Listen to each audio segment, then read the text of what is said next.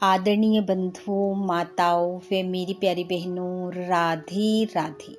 आपका हमारे इस YouTube चैनल पर बहुत बहुत स्वागत है। बंधुओं, आज हम इस वीडियो में माघ महात्म का 17वां अध्याय सुनेंगे, जिसे सुनने सुनाने से भगवान श्री हरि की कृपा से मनुष्य शारीरिक व मानसिक व्याधियों से मुक्ति पाता है। महात्म सुनने के बाद यदि आप हमारे चैनल पर नए हैं तो कृपया हमारे चैनल को सब्सक्राइब करें, बेल आइकन को प्रेस करें ताकि हमारी वीडियो की नोटिफिकेशन सबसे पहले आप तक पहुंचे। वीडियो को शेयर व लाइक भी जरूर करें।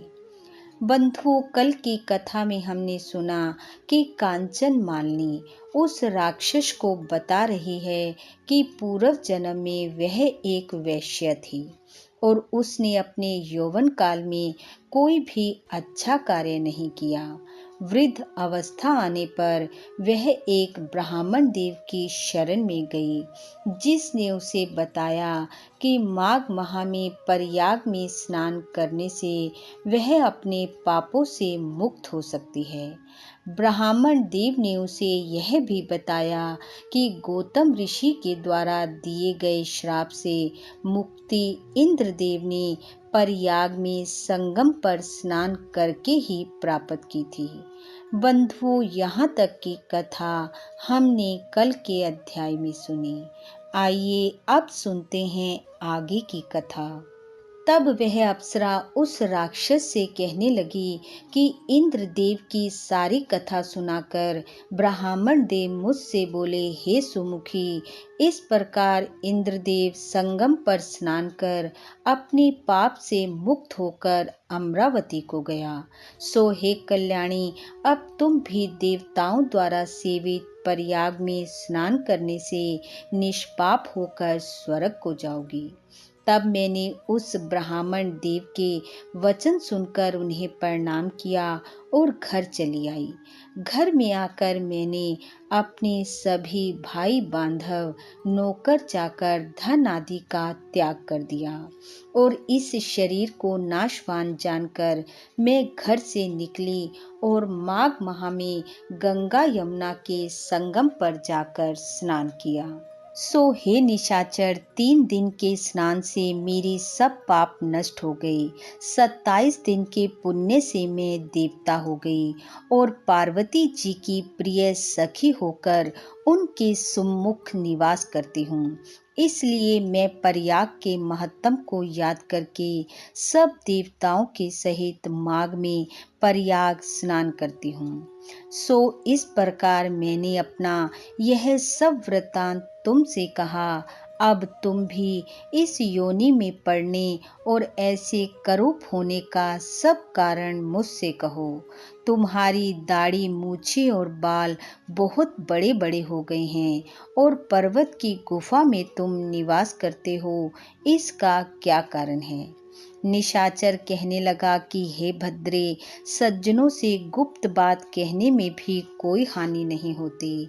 मुझको अब कोई संशय नहीं रहा कि मेरा उद्धार तुमसे ही होगा। सो मैं अपना सब वृतांत तुमसे कहता हूँ, सुनो। मैं काशी में वेदों का ज्ञाता था और बड़े उच्च कुल के ब्राह्मण के घर में जन्म लिया था। मैंने ब्राह्मण कुल में पैदा होकर राजा, पापी, शूद्र तथा वैश्यों से अनेक प्रकार के दान लिए। मैंने दान लेने में चंडाल को भी नहीं छोड़ा। उस जन्म में मैंने कोई भी धर्म कार्य नहीं किया। वहीं पर ही मैं मृत्यु को प्राप्त हो गया। तीर्थ स्थान पर मरने के कारण मैं नरक में नहीं गया। पहले 2 बार गिद्ध योनि में, 3 बार व्याघ्र योनि में, 1 बार उल्लू की योनि में और अब 10वीं बार राक्षस की योनि में मुझे जन्म मिला है। सैकड़ों वर्षों से इसी योनि में हूँ।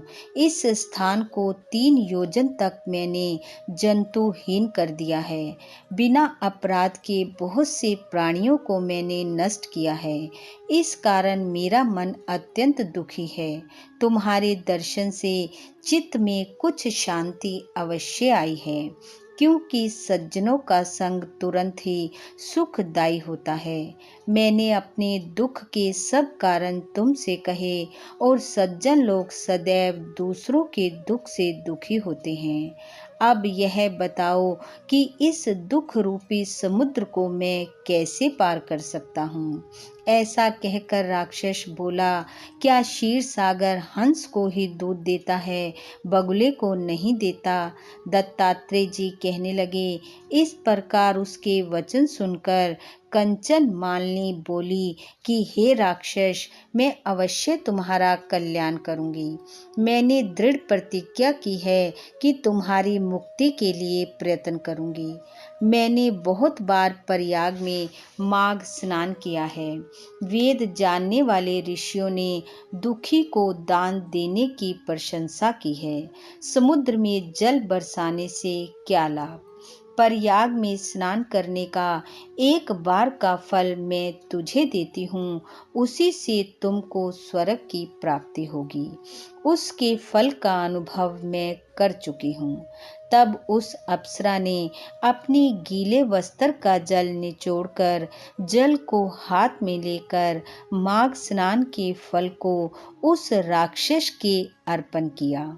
उसी समय पुण्य प्राप्त कर वह राक्षसी शरीर को छोड़कर तेजोमय सूर्य सदृश देवता रूप हो गया।